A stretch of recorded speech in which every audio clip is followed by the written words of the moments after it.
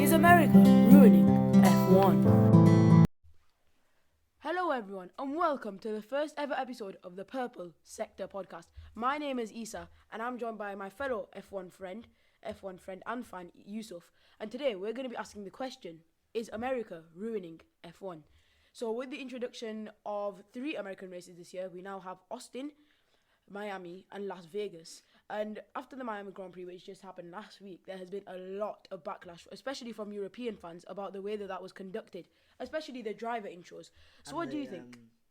The cars after the race, that was Yeah, it was. Yeah. So, what do you think, Yusuf? well. I think that because it's owned by an American corporation, it makes sense that they give it to the American fans, and the American fans, they're good fans. You know, they're excited, they're enthusiastic, and if they want to bring their own traditions, I think they should. But I don't know what you think about it. I just think those driver intros, it was a bit like It was a bit tacky. Yeah, and it takes away a lot of time of preparation as well. And it's a lot to fit in before the race. It ruins the driver's preparation almost. A lot of them were speaking out about it. A lot of them were like really unhappy about the driver intros. I mean, personally, I thought it honestly was quite cringy. It was really annoying. Like, you'd probably rather have Martin Brundle grid walk, you know.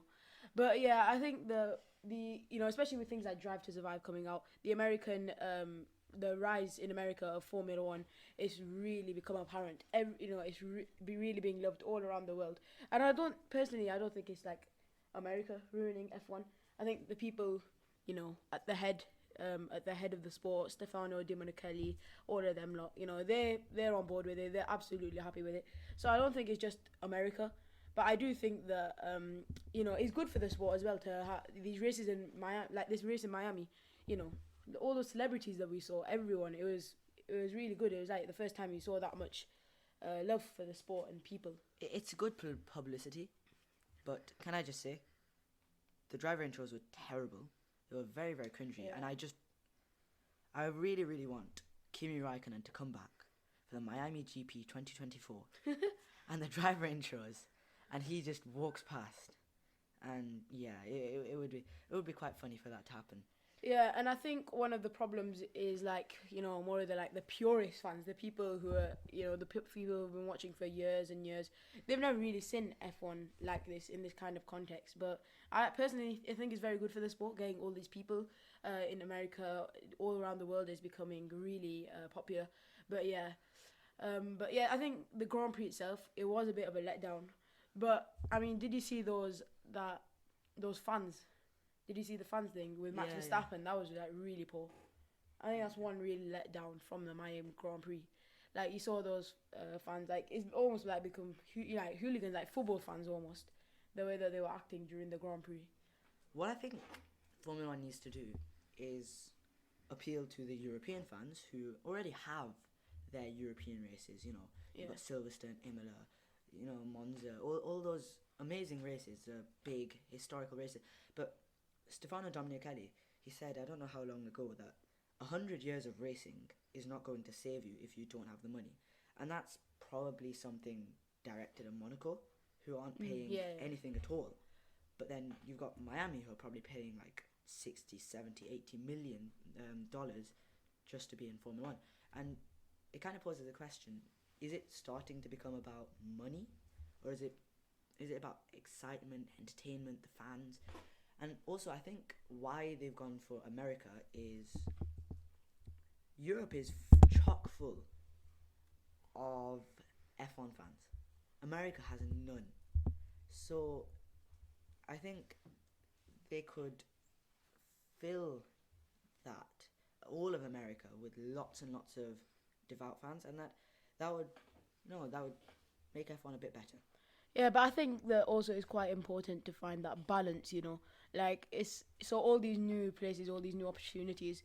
So, yeah, we should be embracing that. But also, we shouldn't be losing sight of the sports roots, like Silverstone, Spa especially, Monaco, yeah. So, I think that a good, healthy mix of those mixed in with the historical races and the original races would be very, it'd be really good. I'm one of those people that are a bit skeptical about the Las Vegas Grand Prix because I don't know if you've seen it. Have you seen it? Seen what? The track for Las Oh Vegas. yeah. It looks like It looks like an animal. Yeah, I know. It's just straights and a couple of corners, and I guess so is Red Bull Ring, but this is just on another level. So what I think we can't keep on adding American races to our calendars, but we can't take anything. I don't think we should take any of the ones that are already there away. Yeah, absolutely. I think we should downsize the F1 calendar, make it more fun, make every race week more important. That's what I think we should do, because I think we should keep all these traditional tracks. You know, Silverstone, Imola, Monza, Monaco, Spa. I think we should keep them, even if they are not paying what Jeddah or Abu Dhabi are paying.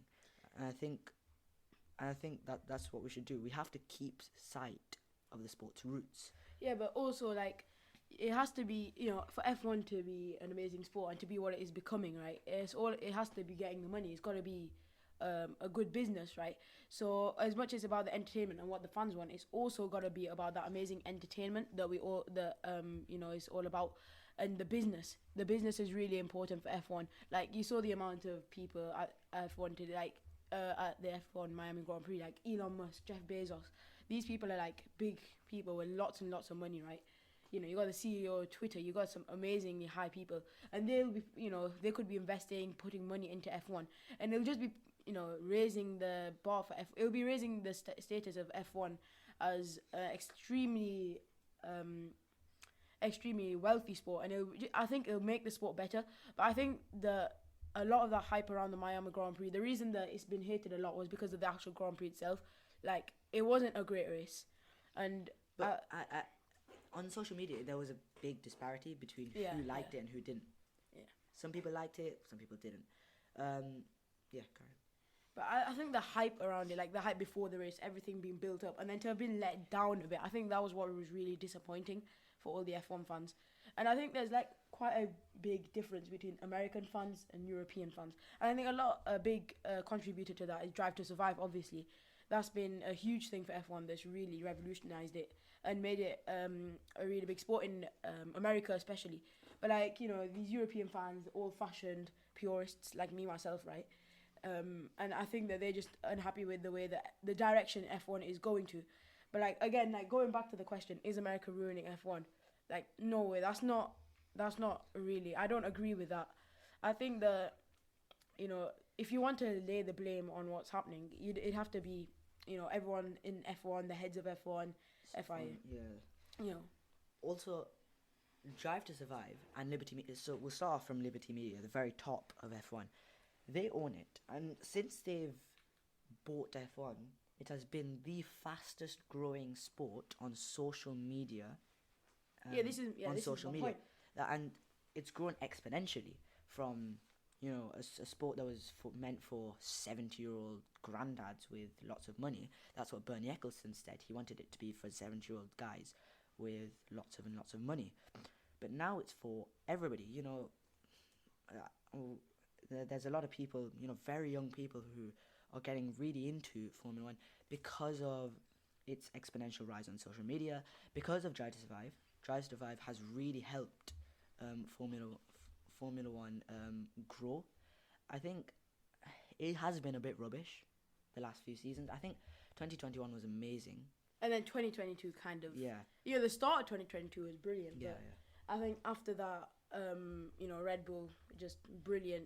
They couldn't really be matched. And I think the way F1's going, you don't want it to become boring, because then you have, like right now, you have all of this hype and it's in an amazing place, public-wise. But then if it becomes like boring, like how it could be heading for the rest of this season, that is certainly not going to be helping the sport at all. And I think that what Formula One need to do is stop the rise of Red Bull and Max Verstappen. What they need to do is cut them back. Try and bring up forward, Aston Martin, Ferrari, Mercedes. Try and pull Red Bull back. Yeah.